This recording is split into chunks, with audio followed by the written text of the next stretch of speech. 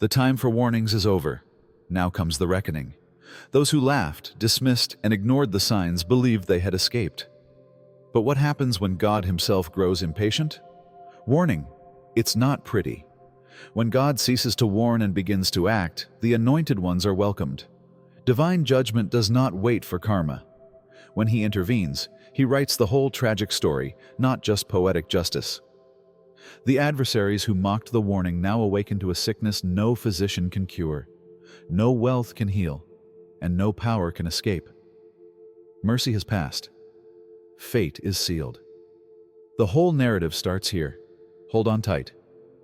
This is the final warning. God's patience is a countdown, not a pass.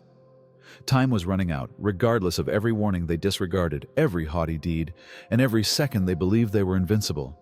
They were mistaken to believe that quiet equaled safety. This is the final warning.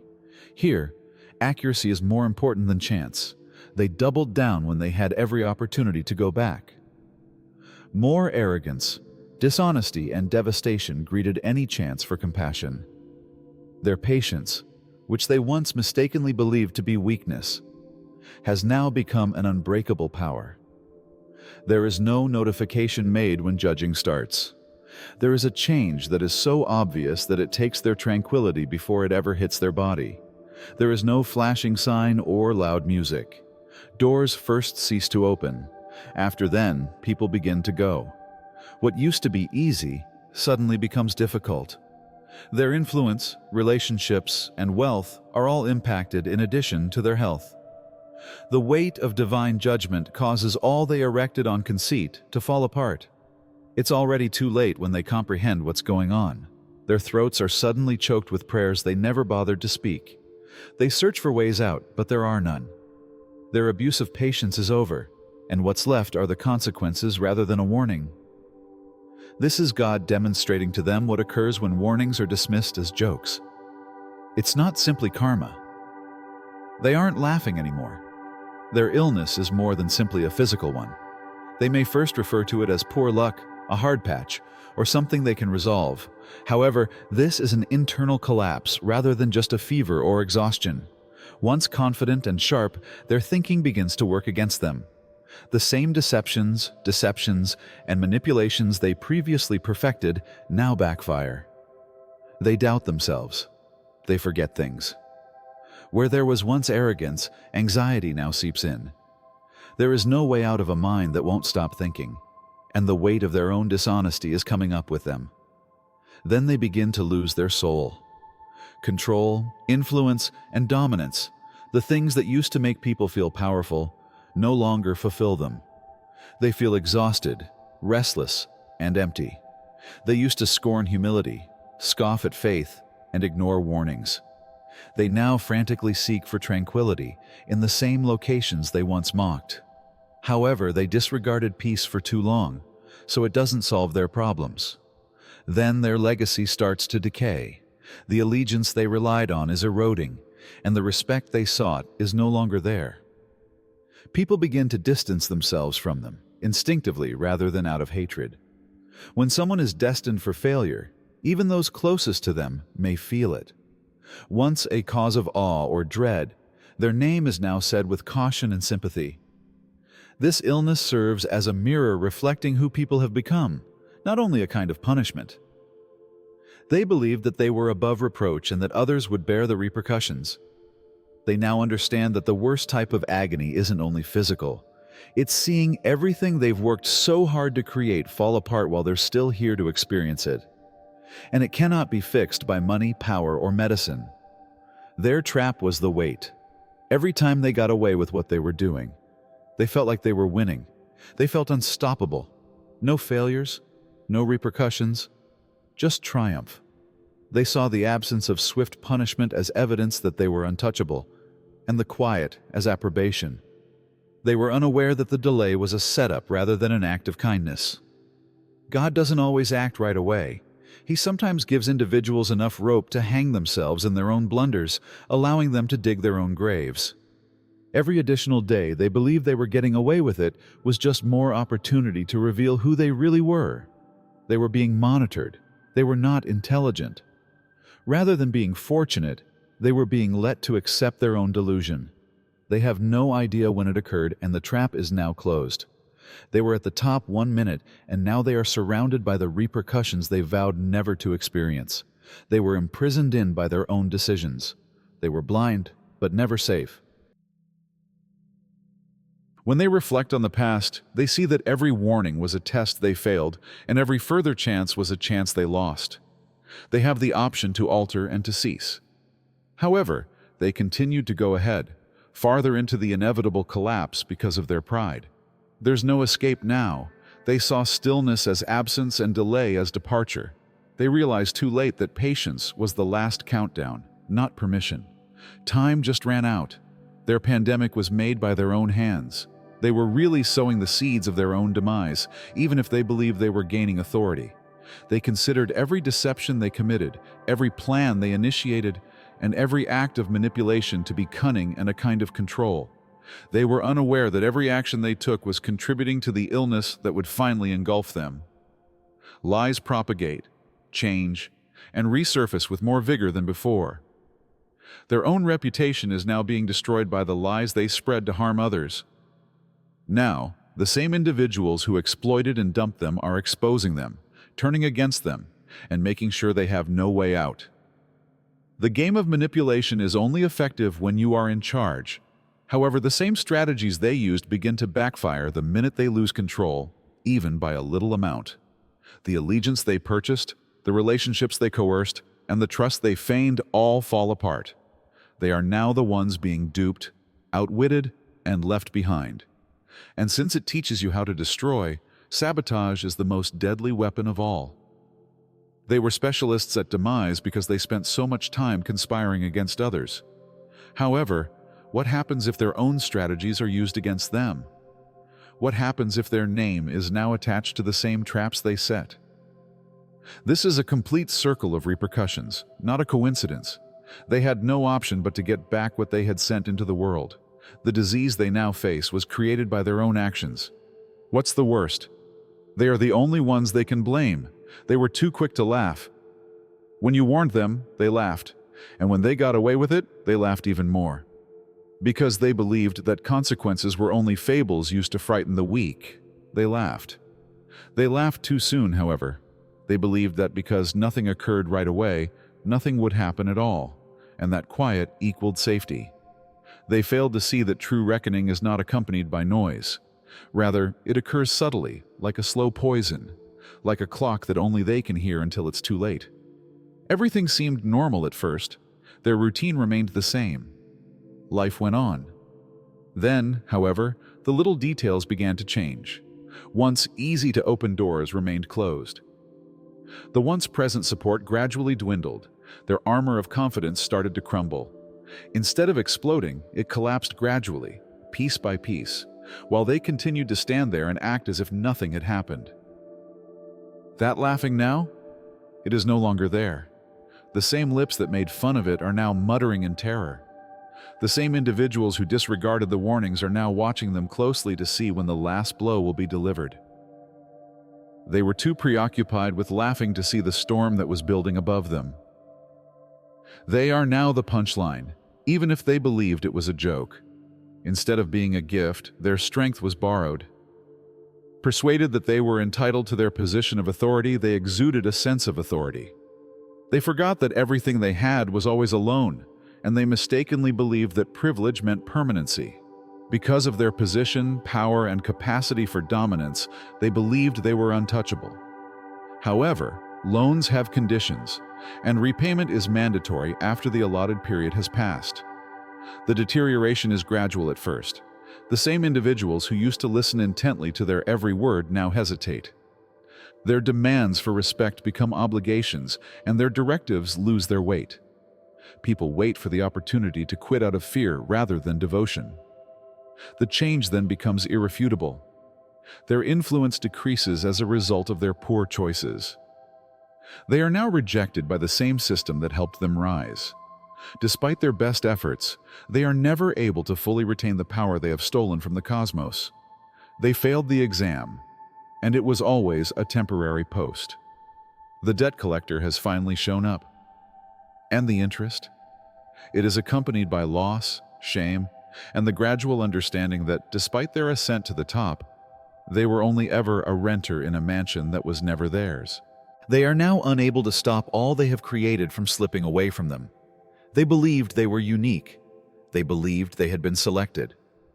They now realize, however, that authority may be abused, and once it's gone, it never comes back the same way. They will be betrayed by their own group. They thought their circle was loyal, so they used terror, intimidation, and manipulation to establish their empire. But power-based loyalty isn't genuine. It's hired, not owned. Additionally, the dedication of individuals around them deteriorates the minute that authority does. The shifts are first minor. People no longer respond as quickly, and their forced grins seem more rigid. The people who used to listen intently to everything they say now nod absently, already searching for a way out. Deep down, everyone knows that the water is rising, and nobody wants to be close to a sinking ship. At that point, the distance is indisputable. Decisions are taken behind their backs, and discussions go place without them. Those who formerly praised them are now whispering about their demise. And like survivors fleeing a burning house, their friends disperse when the illness, the judgment, and the repercussions become too evident to ignore. The fact that they were never really respected, only feared and useful, is what grieves them more than the betrayal. They're neither now. Their once loyal circle entirely deserts them, leaving them to face the reckoning alone, as they lack the strength to keep each other together. They are suddenly pushed away by the same hands that cheered them on. The voices that formerly spoke up for them now act as if they had never met them. And for the first time, they realize that loyalty is put to the test when you fall, not when you climb. They will not have their prayers fulfilled. They never imagined that they would need pity. They scoffed at the notion of divine justice, disregarded consequences, and derided religion. They ultimately fall to their knees as everything starts to fall apart. The sky, however, are still quiet. They yell, but nobody responds. They cry, but nothing helps. Not because he isn't listening, but because they disregarded him for so long. The same God they disregarded and the same grace they spit on are now unreachable. When hubris is boundless, grace isn't. They squandered time, opportunities, and warnings. They now want forgiveness because they are in pain, not because they have changed. They simply regret the results of their acts. Heaven, however, is not duped. Repentance that is motivated by pain rather than sincerity is merely another ruse, and God is not amenable to ruses.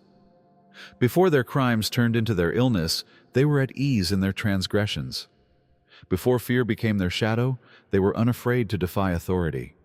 They grab for mercy like a drowning man does for oxygen when they finally realize what they've done, only to discover that the waters have already engulfed them. They were the ones who turned away, not God. They also discover too late that certain doors don't remain open indefinitely. For divine judgment, there is no cure. They lived their whole lives thinking that there was always a way out of a problem, a cost, a favor, a gap. They had people, money, and influence to clean up their mess when issues occurred. However, none of those things can help them now. Tests are performed by doctors, but the findings are incomprehensible. The finest experts quit up when treatments don't work. It's a punishment from above, not a physical illness. Once the answer to all problems, money is now useless. They would sacrifice all for relief, yet bribery is not accepted by heavenly judgment. Relationships break down. The influential individuals they used to rely on are quiet, aloof, and indifferent. When they were at the top, influence meant everything. But now that they are losing ground, it has no meaning. Although they ask for assistance, no one wants to be bound to a sinking ship. The one thing they refuse to do, humble themselves, is the only remedy. Their pride outweighs their suffering, even if genuine repentance may make all the difference. They continue to imagine they can outmaneuver, outthink, or outmaneuver their way out. However, divine judgment is non-negotiable. Thus, they continue to be imprisoned, enduring a disease that has no name, no remedy, and no way out. Not because recovery is impossible, but rather because their conceit prevents them from pursuing it. Their misdeeds will correspond with the symptoms. They paid a price for every deed and transgression they did. And today, that cost is being paid in the most appropriate manner. The falsehoods they spread? On them they are choking, suffocating their power to speak. Every lie that escaped their lips has returned. What used to come naturally now seems difficult, as if they are drowning in their own words. They are now unable to express anything other than their remorse as the truth they disregarded screams in their throat. The hands that grabbed things that weren't theirs and strove for possessions, authority, and power are now withering. The same fingers that seized something that wasn't theirs are now tense, shaking, and becoming weaker. The deterioration of their own body is a reflection of every act of selfishness and every avaricious grasp, and the poetic justice of it all is too much for them to overcome. Their ailment is more than simply bodily. It is a result of their sins. The penalty is specially designed to match their transgression, like to a suit of vengeance. They see their own shortcomings reflected back at them in the mirror that their actions have produced. They are no longer able to conceal themselves behind the authority they formerly had or the others they previously controlled. The ailment serves as a reminder that everyone is accountable for their deeds. The penalty is neither blind or arbitrary. It's ideally crafted to demonstrate to them that the same hands that formerly took from others are now taking from them. The worst fall will befall the strongest. The worst collapse is coming for those who are at the top, unassailable in their haughtiness. They never thought that their invincibility was a myth, or that their power may be a vulnerability.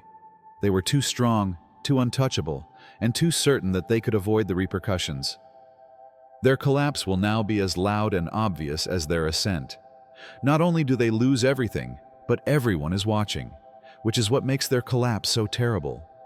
They are being destroyed in front of the people who previously revered them, who watched their every action and listened to their every word. And they see something more profound than a simple failure. It's a reckoning. Piece by piece, their once unstoppable empire begins to fall apart. What used to be so solid is now breaking down in the most visible manner imaginable. The murmurs start. How could this have happened? Is this a judgment from God? The same individuals who before turned to them for direction are now doubting all they stood for. And the response is clear. This is something a lot more serious than a simple tumble. They believed they would not face any repercussions, but now everyone can see the reality. Because their pride makes the crash unavoidable, the strongest people fall the hardest. Not only do they feel the force when they strike the earth, but everyone around them is shaken, and even their most devoted fans start to question if this was destiny. This may have been something far bigger. The lowly shall be justified. They believed they were safe every time they denigrated you, denied your value, or made fun of the ferocity of your religion. They thought their supremacy was undeniable and their rule was safe. They were unaware that everything they did to denigrate you was being recorded, not just by time, but also by the cosmos itself, which they misjudged. You won't have to do anything now while they struggle to grasp onto what is vanishing. No amount of retaliation will ever be as loud as their collapse. The pain they inflicted upon you, the mockery, the rejection, all of this is coming back, and it won't be subtle. Their struggle and eventual downfall will serve as your evidence. It will serve as the universe's affirmation that you have always had faith. Since their own deeds had already prepared the ground for their demise, you didn't need to pursue revenge. You'll remain steadfast as others rush to remedy what can't be fixed. Your patience, humility, and quiet faith, things that were formerly written off as weakness, are now being acknowledged, and you'll rise not because you retaliated, but because you just remained grounded, while they fall and burn in the mayhem they caused. Their demise is your validation, not simply their punishment. It's the world realizing you were correct all along, your faith wasn't foolish, and your quiet wasn't a sign of weakness but of strength. It was a message for you, not for them. The message was never about them. God didn't need their understanding, transformation, or repentance. It was always about you, your faith, your development, your fortitude. It was a lesson for you, not for them, because of their conceit, their disdain for cautions, and their mockery of your faith. God let you observe their fall because He wanted you to understand what occurs when pride clashes with divine justice, not because He wanted them to suffer. This is a confirmation for you, not a test for them. You've been being modest, living in faith, and having confidence in a plan that you weren't always able to see. God used their assent, their haughtiness, and their mockery of your silent power as the background against which to demonstrate to you what happens when justice is served and patience runs out. It was about you realizing deep down that nothing can stop divine timing, not about them winning. Because it increases your faith in God's plan, you have to see the results of hubris. It bolsters your conviction that God is always watching and waiting for the ideal opportunity to demonstrate His justice, regardless of how loud the world becomes or how strong the hubris seems. Understanding that every action you've done in faith and every time you've relied in God's timing was never in vain is more important than gloating over their failure. Now that you have seen firsthand the force of divine justice at action, your faith is strengthened. Their conceit ultimately proves to be their downfall. They disregarded the warnings until it was too late, smiled too soon, and took their stolen authority for granted. Their demise was not the result of poor luck, but rather of a divine reckoning and a justice they never saw coming, but that was always there. They sowed the seed for every lie they uttered, every deception they carried out, and every time they made fun of your beliefs. The bitter fruit of those seeds has now been born. However, the focus of this novel is your ascent, not their demise. The lessons they were unable to learn were intended for you, to strengthen your soul, to demonstrate the power of humility, and to serve as a reminder that, despite the silence and seeming delay, divine justice always triumphs. Your calm fortitude, faith, and patience were never in vain. They were never as untouchable as they believed, but they were unaware of this. Your evidence that your trust was never misplaced comes from their ruin. You now know that God's justice, while sometimes subtle, is always potent because you have seen what occurs when pride and the divine collide. Therefore, remember this as you stand strong among the rubble they left behind. Your success lies not in their loss, but rather in your own strength, intelligence, and unwavering faith. You will rise unfazed because you always trusted in something much more powerful than the transient power they previously had, even if the world may have witnessed them fall. Don't keep this message to yourself if it speaks to you. To demonstrate your support for the truth, like this video. Let me know what you think by leaving a comment. Give this message to someone who needs it. To ensure that you don't miss any uploads, subscribe and enable alerts. Your patience never runs out, your faith is strong, and divine justice always comes at the perfect moment. Keep in touch, be resilient, and let's develop as a team.